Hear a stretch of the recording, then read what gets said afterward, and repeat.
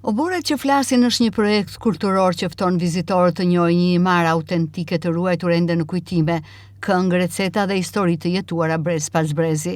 Në disa prej oborreve tradicionale të shtëpive të bregut, vizitorët do të kenë mundësinë të përjetojnë nga afër rrëfime lokale, gatime tradicionale dhe pundore, jo si një atraksion turistik, por si një takim i thjeshtë dhe i sinqert me jetën dhe kulturën e zonës. Këto oborre që prej brezash kanë shërbyer si vende mikpritjeje, kujtese dhe bashkëjetese, hapen përkohësisht për të ndarë me publikun copëza të trashëgimisë së jetuar të imarës dhe për të krijuar një lidhje më të afërt mes komunitetit lokal dhe vizitorëve.